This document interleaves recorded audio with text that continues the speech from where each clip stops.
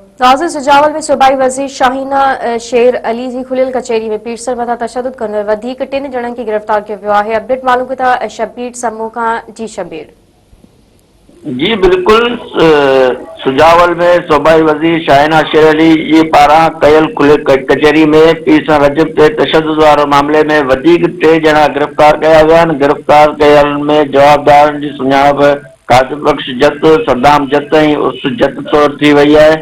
जॾहिं तव्हांखे ॿुधाइणु ज़रूरत आहे त एसएसपी अलीना राजपत जी हिदायतुनि ते खुली कचेरी में वाक़िए जवाबदारनि जी गिरफ़्तारी लाइ मुख़्तलिफ़ हंधनि ते छापामार कार्रवाई जारी रहियूं, जिन में 4 जवाबदार पहिरीं जवाबदार गिरफ़्तार थी चुका हुआ, जॾहिं त अॼु 3 वधीक जवाबदार गिरफ़्तार कया विया आहिनि। पुलिस केस दाख़िल करण बैदि नामालूम जवाबदारनि मां अॼु 3 ॼणनि जी निशानदगी करे जांच जारी आहे। जी शबीर, तफ़सील खां आगाह करण जे लाइ महिरबानी।